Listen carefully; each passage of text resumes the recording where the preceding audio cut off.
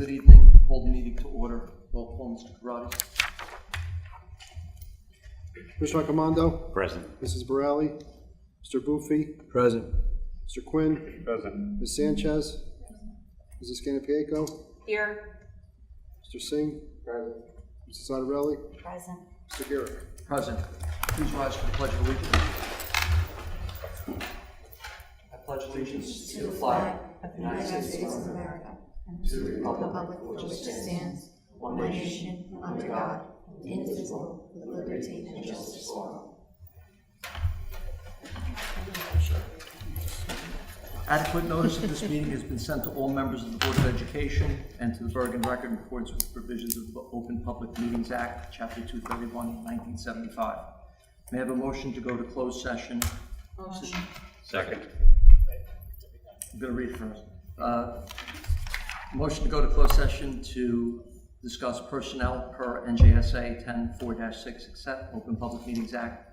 The subject matter discussed may be disclosed to the public if and when the need for confidentiality no longer exists. May I have a motion? So moved. Second. All in favor? Aye. Opposed? We're going to go next door. We'll be back in a few minutes.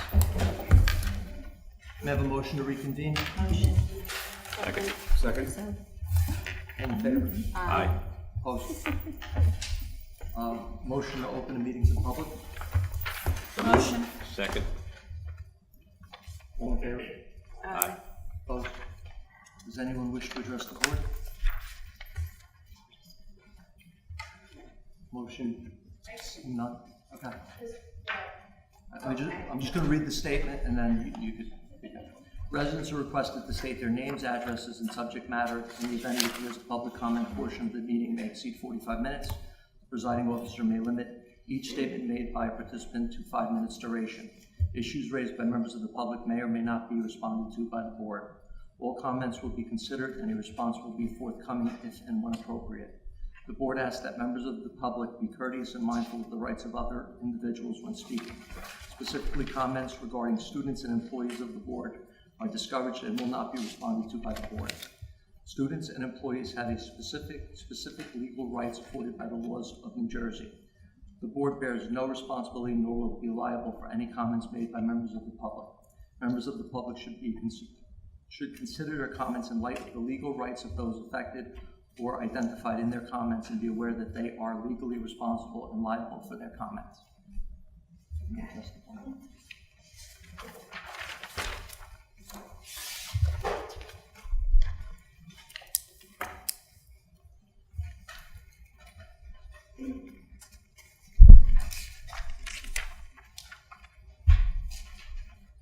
Hi everybody, I'm Dr. Melissa Garofalo-Monto.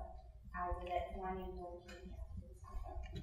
My question to the board is, the past few years, and especially recently, we've had a lot of administrative turnover in the elementary level.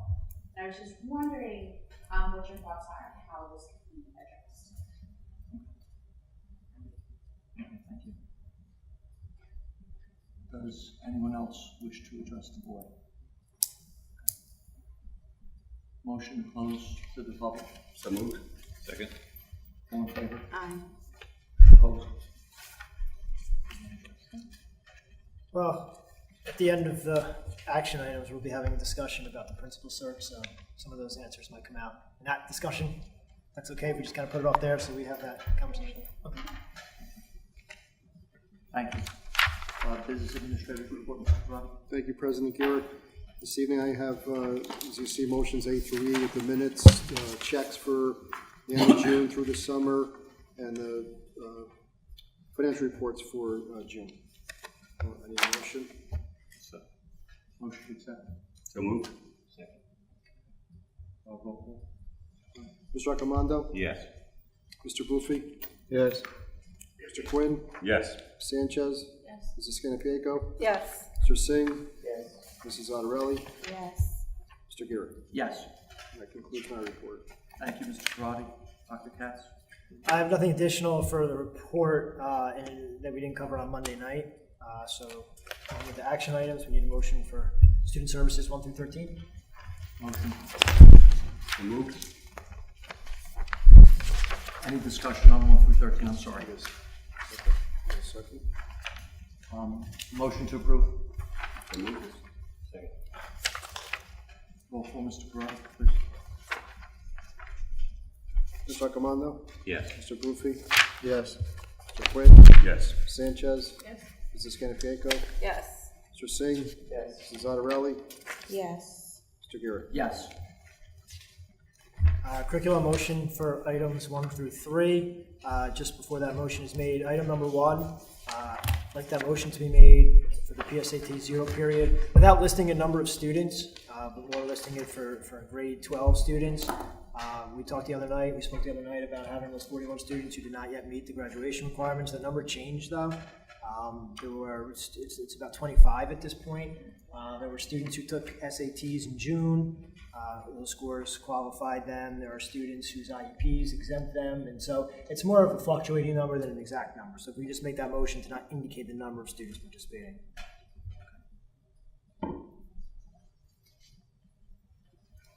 Any discussion? We didn't actually make the motion. To We still need a motion. Motion to accept. Motion. Second. All in favor? Mr. Accomando? Yes. Mr. Boothby? Yes. Mr. Quinn? Yes. Ms. Sanchez? Yes. Mrs. Canipico? Yes. Mr. Singh? Yes. Mrs. Zattarelli? Yes. Mr. Garrett? Yes. Business and board motion for items 1 through 12. Motion. Second. Any discussion on 1 through 12? Those items? I have nothing additional that we didn't discuss on Monday. Unless anyone has any questions. Any questions? Seeing none. Roll call, Mr. Corrado. Mr. Accomando? Yes. Mr. Boothby? Yes. Mr. Quinn? Yes. Ms. Sanchez? Yes. Mrs. Canipico? Yes. Mr. Singh? Yes. Mrs. Zattarelli? Yes. Mr. Garrett? Yes. Personnel, motion for item number 1, which is the recommendation of Rob Lehman as our supervisor of math and science. Motion. Second. Any discussion? I would just like to welcome Robert. I was part of the interview committee that has recommended him. I think he's going to be a great addition for our school and looking forward to driving that area forward for us. Roll call. Mr. Accomando? Yes. Mr. Boothby? Yes. Mr. Quinn? Yes. Ms. Sanchez? Yes. Mrs. Canipico? Yes. Mr. Singh? Yes. Mrs. Zattarelli? Yes. Mr. Garrett? Yes. So, welcome, Rob. I'd just like to give a little bit of background of our process and then a little bit of information about Rob. We interviewed actually 29 candidates over the last few months for this position. I think people know from other searches that we've gone through that we try to be as thorough as we can and make sure we find the right candidate for our positions. Rob went through the screening interview and then the committee interview. And, his experiences as a math teacher at Dumont High School, and then after that, most recently was supervisor of math and science at Manchester Regional High School. That position also included some teaching duties, so Rob is really not far from the classroom, but now is seeking that step to be able to be a K-12 supervisor and have supervisory responsibility. So we're happy to have him. Part of the characteristics or the qualities that Rob demonstrated to the committee that really got us excited were his knowledge of curriculum and curriculum development, which is obviously a significant need for us, as well as his interpersonal skills. Being able to build relationships with teachers and really be able to be that resource and support that we want our supervisors to be for our teaching staff. So looking forward to having Rob on our team, and congratulations and welcome. Congratulations, welcome.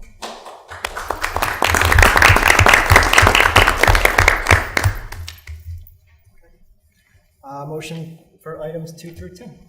Motion. Second. Any discussions on 2 through 10? Seeing none.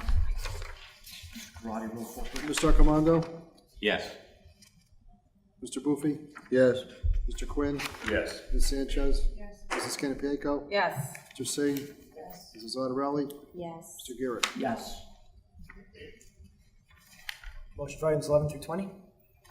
Motion. Second. Any discussion on items 11 through 20? Seeing none, roll call. Mr. Arcomando. Yes. Mr. Buffi. Yes. Mr. Quinn. Yes. Mrs. Sanchez. Yes. Mrs. Canipico. Yes. Mr. Singh. Mrs. Zattarelli. Yes. Mr. Garrett. Yes. And a motion for items 21 through 31. Motion for 21 through 31. Motion. Second. Any discussion on those items? Just to highlight, the last item on the list is the resignation of Tony Grosso as principal at Smith School, and I really want to wish Tony luck as he moves on. Well, he moves on and he moves back, sort of, and going back to the district that he worked in for 15 years before being here in Saddlebrook, and really want to thank Tony for only being here a short time, but having a really significant impact on both the school and the district in that short period of time. Roll call. Mr. Brown? Mr. Arcomando. Yes. Mr. Buffi. Yes. Mr. Quinn. Yes. Ms. Sanchez. Yes. Mrs. Canipico. Yes. Mr. Singh. Yes. Mrs. Zattarelli. Yes. Mr. Garrett. Yes.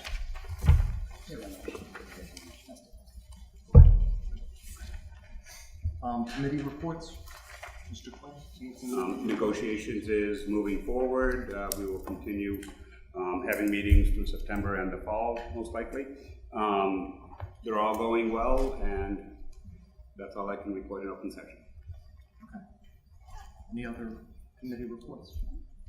I was gonna give my report Monday, but Ray covered it on his secretary. We're talking about the referendum, possible custodian for Washington School for rec, part-time custodian season, but Ray covered it. Thank you. Regarding policy, do we have a date for that, for our meeting, or? Not yet. Anticipating by mid-September, beginning of September, Beginning. beginning.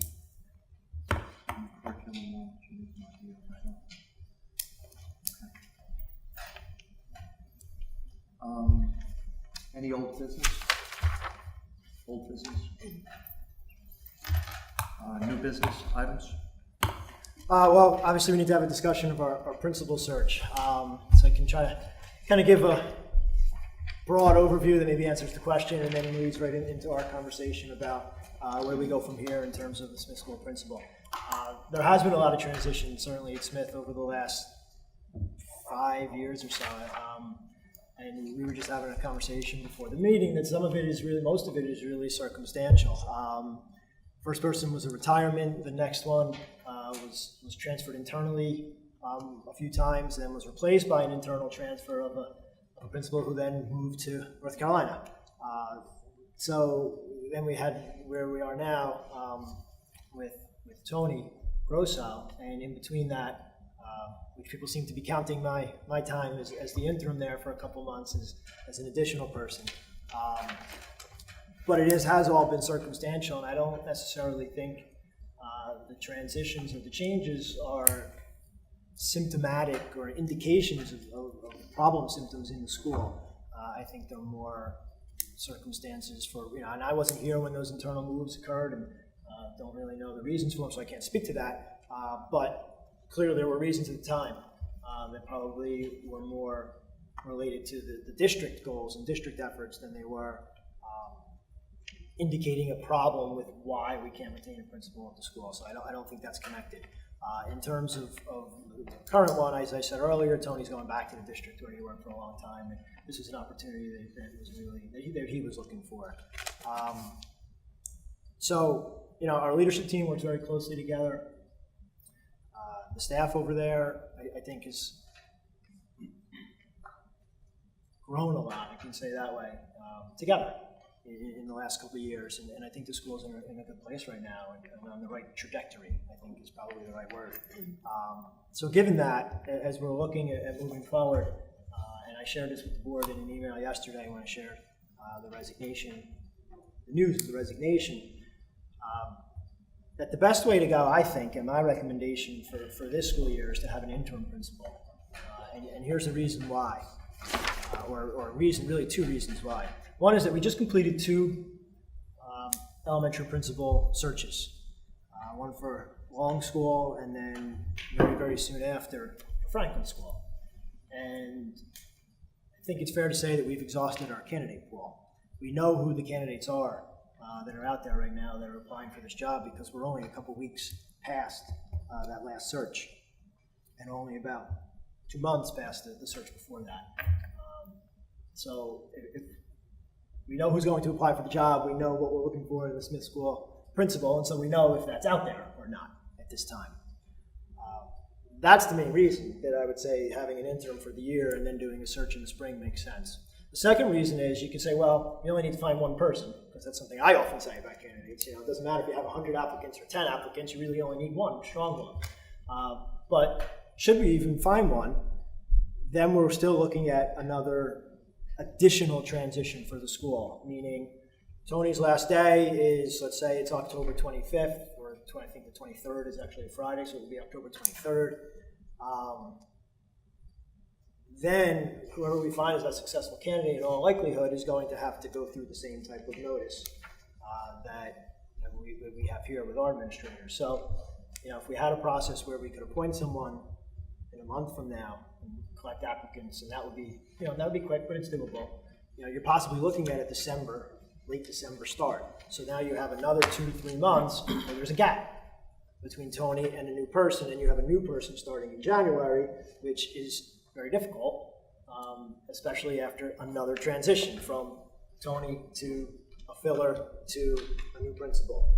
That's disruptive to the school year. It's another person in the mix, and if we keep talking about more and more people, to me that becomes even more disruptive. So an interim is someone who typically would be available immediately, is somebody who typically comes in, and generally with an interim you find retired, experienced principals. So somebody who comes in with experience, with knowledge of the job. They might need to learn the school and learn the district, but they don't need to learn the job.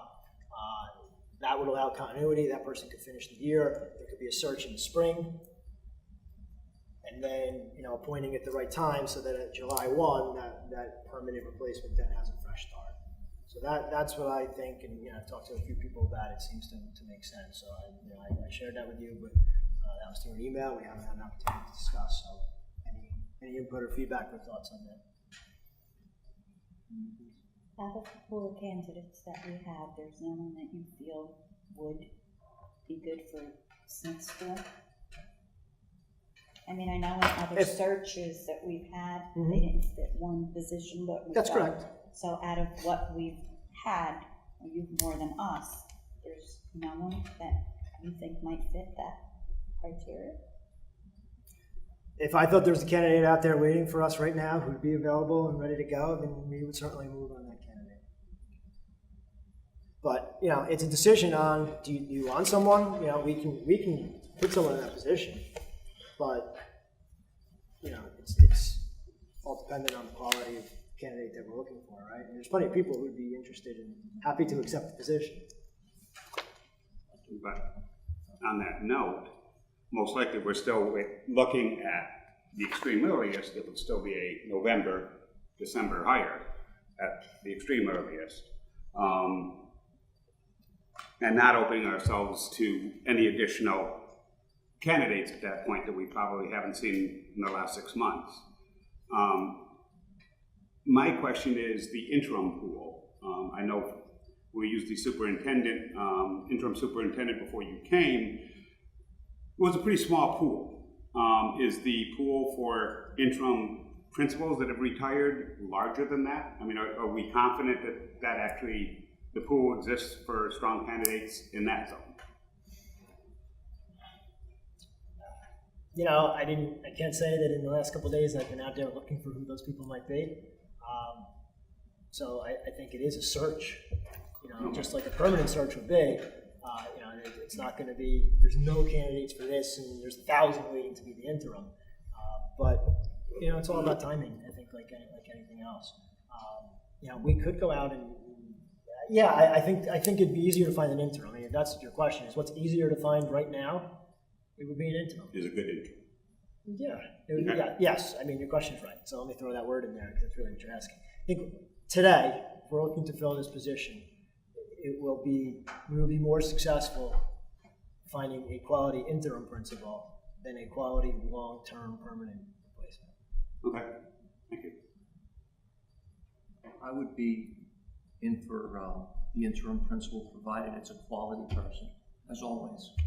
I would have to find someone with a great level of experience, which most likely they would be retired, but not somebody just looking to come in here and go through the motions and get a check on top of a pension, but somebody that's really going to do what they need to do to have the students achieve at a high level.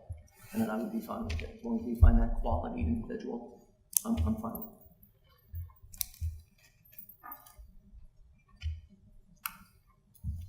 I mean, believe me, I'd rather, I'm just going back to your question, we'd rather find someone that here's the permanent person, because we still are adding in another individual to the mix, I realize that. But I've seen the candidates that we've interviewed, and, I mean, there's some good people, but I don't want, anyone who's watching or reading minutes of our meeting to be highly insulted by what I'm saying, but at the same time, we know what we're looking for, and we know the standards that we're trying to keep. And I'll also say that although the pool for interim superintendents was limited, I think we found an excellent quality interim superintendent. So I would assume that they're out there for principals as well, that are going to come in, do the job, do it right, with a lot of care and concern for the school and the district.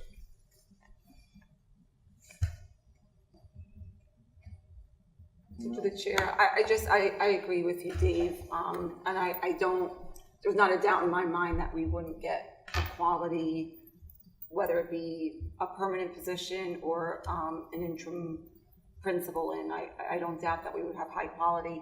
And I certainly understand, I mean, when I heard the news yesterday, I think everybody probably had the same reaction, So I think we share, that feeling that the parents do. And I mean, I think I speak on everybody's behalf that, we certainly, we hear you and we feel the same way, and we'll put a quality person in there.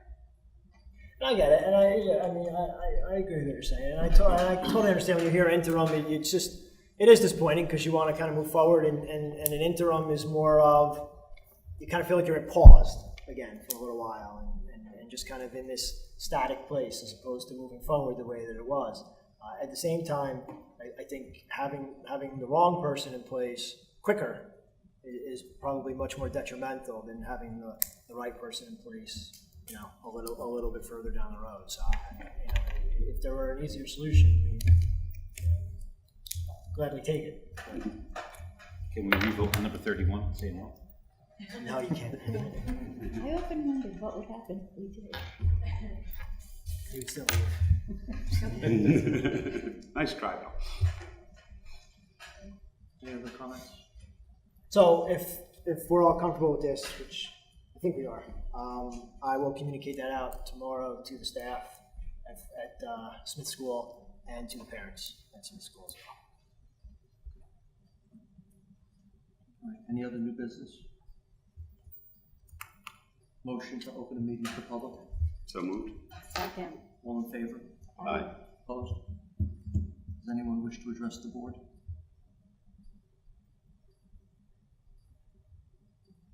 Seeing no one, we have a motion to close the meeting to the public. So moved.